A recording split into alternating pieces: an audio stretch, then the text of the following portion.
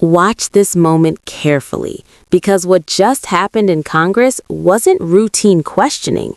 This was a direct accusation of corruption and an outright demand for resignation on the record. Gentlelady's time has expired. I now recognize Ms. Ramirez for 5 minutes of questioning. Thank you, Chairman. Secretary, it's good to see you. I'm going to go straight to the questions because I have a lot of them. Let me start just following up with Congressman Goldman about judiciary.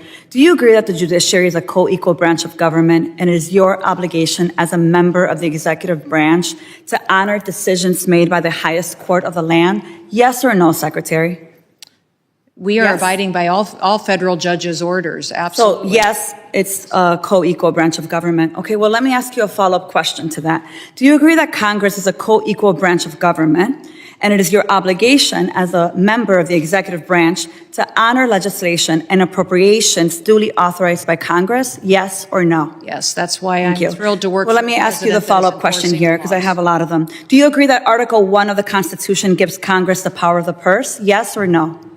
Yes, it is a duty Do you of believe Congress that, to be let me able ask to you another appropriate follow-up, it's funds. just yes or no. Do you believe you have the power to disregard congressional appropriations and unilaterally repurpose funds that have been duly appropriated by Congress? Yes or no? Ma'am, we are not doing that. So the We are answer to using you is dollars no. as to All how right, they well, were it was a yes or appropriated. no, We're ensuring the Secretary. Let me programs have continue. Interestingly, you said no. But since you've been Secretary, you have repeatedly disregarded the law. You have illegally impounded funds that Congress appropriated and that your branch of government must implement pursuant to the law. Yet you've closed offices established in law, including the Office for Civil Rights and Civil Liberties, the Office of the Immigration Detention Ombudsman, the Office of the Citizenship and Immigration Services, and you've canceled contracts for programs authorized in law, including shelter and service programs and citizenship and integration grants. You've obstructed and roughed up members of this committee as they attempted to conduct congressional oversight, and then you vilified them. But my question is, if they were so bad, why were they allowed to go in after to conduct oversight? Let me just continue. You redirected funds to terrorize our communities. You created taxpayer-funded political propaganda campaigns to terrorize families and children who don't sleep at night because of the terror of those commercials that you are putting out there. You hold sick, disrespectful press conferences in my state where, let me be clear, you are not welcome. You corruptly used emergency authority to avoid procurement to make Trump's private prison donors richer by directing $45 billion for them to expand ICE detention centers. You defunded work to address real threats to the homeland, all while you pursued college newspaper editors, labor leaders, and even a Harvard scientist who failed to declare frog embryos at the airport. Clearly, we don't have time for all my questions, so I have 13 pages worth of questions that I will be submitting to the record that I expect you and the administration to answer. But here is my final question to you. When you took your oath, did you swear to support and defend the Constitution of the United States of America? Yes or no? Yes, I did. So I find that laughable. You don't behave like someone who takes that oath seriously. And let me tell you why. We don't live in a dictatorship or a monarchy. Trump's will is not the guiding doctrine of this nation, and our country is not a playground for his or your twisted authoritarian fantasies. We are a democracy. We defend the Constitution and we affirm the rule of law. We respect the co-equal branches of government and we uphold our rights, even when we disagree. The foundation of our nation is based on a core set of constitutional rights upon which our prosperity, our pluralism, and our peace depend on it. You, however, have been leading this work for 116 days. And in that time, you have profiled and dehumanized our neighbors. You've betrayed our constitutional commitment to due process. You've deported United States citizens.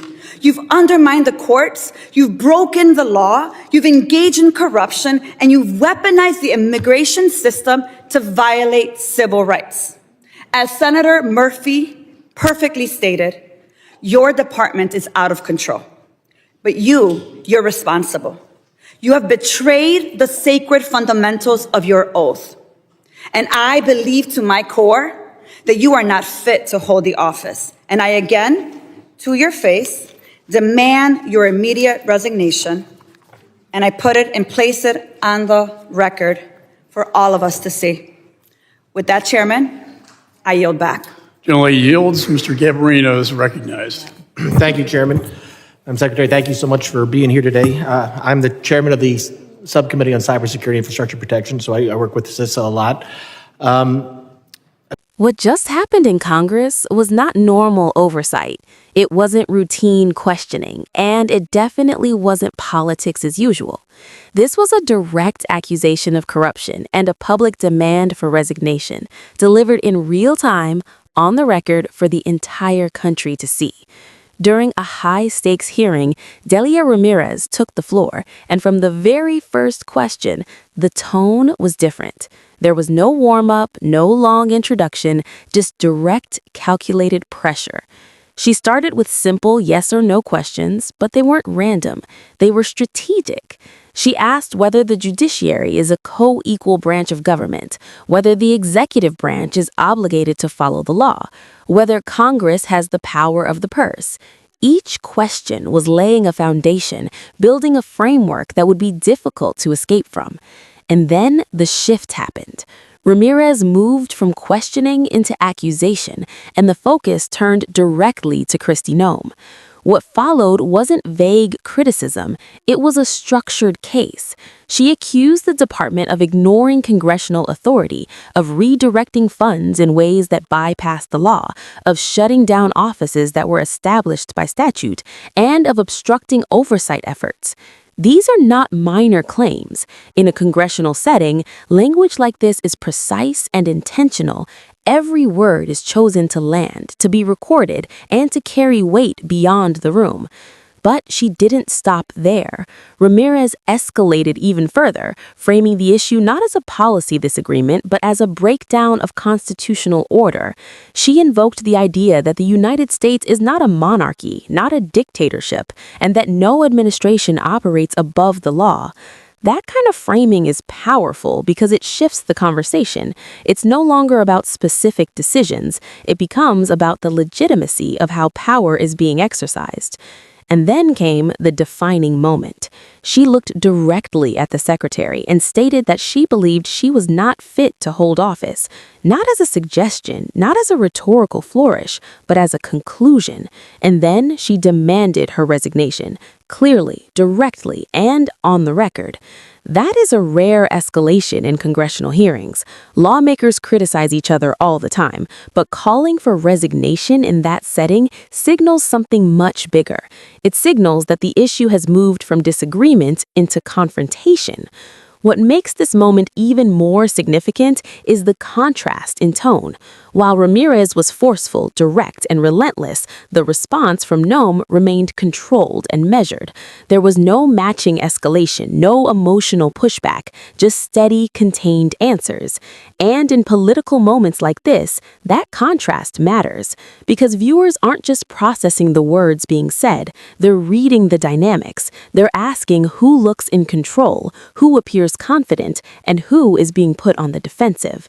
This is exactly why moments like this spread so quickly. It's not just about the policy details, it's about the clarity of the conflict. One side is making a bold, uncompromising accusation. The other is holding a composed, restrained line.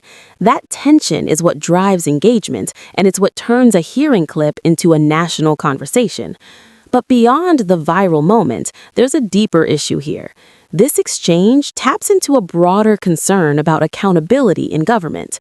When lawmakers start using language like corruption, abuse of power, and violation of the Constitution, they are signaling to the public that something more serious is at stake. Whether or not those claims are ultimately proven, the impact is immediate. It raises questions about oversight, about transparency, and about whether institutions are functioning the way they're supposed to. Ramirez made it clear that she believes those lines have already been crossed. And she didn't hedge that position. She stated it plainly, backed it with specific examples, and closed by putting her demand into the official record. That's a strategic move, because once something's in the record, it becomes part of the ongoing political narrative. It can be referenced, revisited, and built upon in future hearings or investigations. So now the focus shifts to what comes next. Moments like this don't exist in isolation. They create pressure. They invite responses. They can lead to further questioning, deeper investigations, or even broader political fallout depending on how other lawmakers and institutions react. At the same time, there's always the possibility that it becomes another flashpoint that dominates the news cycle briefly and then fades. But one thing is certain. This was not a routine exchange. It was a calculated, high-stakes confrontation that put serious accusations into the spotlight and forced a response in real time. And in Washington, when that happens, it rarely ends with just one moment. It usually marks the beginning of a larger political battle that continues to unfold long after the hearing ends.